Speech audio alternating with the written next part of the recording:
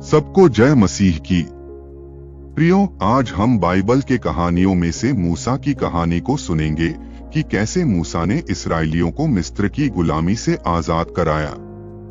जानने के लिए वीडियो को पूरा देखिए। तो चलिए कहानी को शुरू करते हैं। प्रियो, मूसा का जन्म एक इस्राएली परिवार में हुआ था जब फिरौन ने आदेश दिया कि सभी इस्राएली बच्चों को मार डाला जाए। तब मूसा की मां ने उसे बचाने के लिए एक टोकरी में डालकर नील नदी में बहा दिया। जब फिरौन की बेटी अपने सहेलियों के साथ नदी में नहा रही थी, तब फिरौन की बेटी ने उस टोकरी को देखा। तब फिरौन की बेटी ने सहेलियों से कहा कि जाओ और उस टोकरी को मेरे पास ले आओ। जब उस टोकरी को खोला तो उस टोकरी में छोटा सा बच्चा था। फिरौन की बेटी ने बच्चे को अपने साथ महल में ले आई और उस बच्चे का नाम मूसा रखा गया और मूसा फिरौन के महल में पला बढ़ा।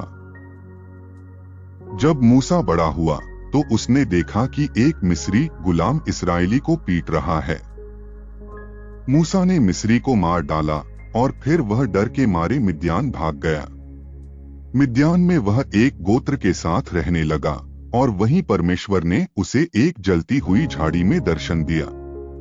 और परमेश्वर ने मूसा से कहा, मैं तुझे इस्राएलियों को गुलामी से मुक्त करने के लिए भेज रहा हूँ। मूसा ने परमेश्वर के आदेश का पालन करते हुए मिस्र वापस लौटकर फिरौन से कहा, परमेश्वर का आदेश है कि इस्राएली लोगों को गुलामी से मुक्त किया जाए। लेकिन फिरौन ने इनकार कर दिया। फिर परमेश्वर ने 10 प्रकार की विपत्तियां भेजी जो मिस्र की धरती पर आईं। इनमें से अंतिम विपत्ति में परमेश्वर ने इस्राएलियों के घरों को बचाया और मिस्रवासियों के पहले जन्मे बच्चों को मार डाला। इसके बाद फिरौन ने इस्राएलियों को जाने की अनुमति दी। जब इस्राएलियों ने मिस्र से निकलकर रेगिस्तान में यात्रा शुरू की तो वे लाल सागर के किनारे पहुंच गए। इसी बीच फिरौन की सेना उनका पीछा करने लगे। इस्राएलियों के लिए सबसे बड़ा चुनौती था लाल समुंदर पार करना। इस्राएली मूसा से कहने लगे कि क्या तुम हमें यहाँ मरने के लिए लाए हो? इससे अच्छा तो हम फिरौन की गुलामी में थे, कम से कम हमारा जान तो बच जाता। तब परमेश्वर ने मूसा से कहा, मूसा तुम्हारे हाथ में क्या है? तब मूसा ने कहा, मेरे हाथ में एक लाठी है। तब परमेश्वर ने मूसा को आदेश दिया कि तुम उसी लाठी से समुद्र में 3 बार मारो। समुद्र 2 भागों में विभाजित हो जाएगा। मूसा ने ऐसा ही किया और समुद्र 2 भागों में विभाजित हो गया और इस्राएली समुद्र के बीचों बीच पार हो गए। जब मिस्र की सेना इस्राएलियों का पीछा करते समुद्र के बीचों बीच थे, तब मूसा ने समुद्र में दोबारा लाठी को मारा।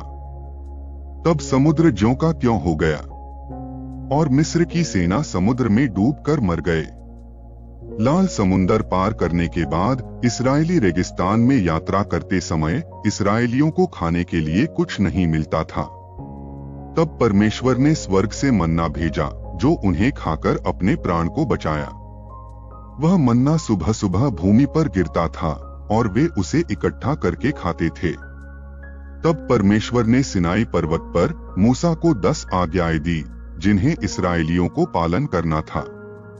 ये आज्ञाएं आज भी ईश्वर के आदर्शों और सत्य के मार्ग में चलने के लिए हमें मार्गदर्शन करती है।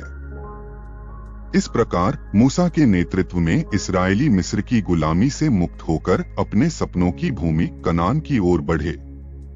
यह कहानी विश्वास, साहस और परमेश्वर के सामर्थ्य का प्रतीक है जो आज भी हमें अपने जीवन में प्रेरणा देती है।